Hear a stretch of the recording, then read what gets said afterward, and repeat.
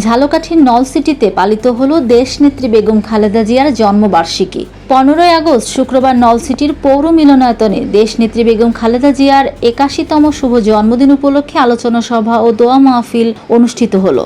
উক্ত অনুষ্ঠানে প্রধান অতিথি হিসেবে বক্তব্য রাখেন বিএনপি নির্বাহী কমিটি ধর্ম বিষয়ক সম্পাদক জনাব রফিকুল ইসলাম, বিএনপি নির্বাহী কমিটির সহ সাংগঠনিক সম্পাদক জনাব মাহবুবুল হক নান্নু।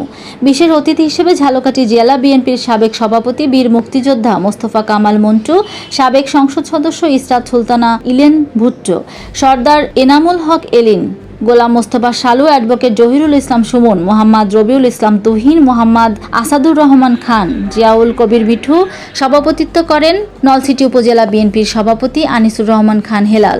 সঞ্চালনায় ছিলেন তৌহিদ আলম মান্না ও সাইদুল কবির রানা।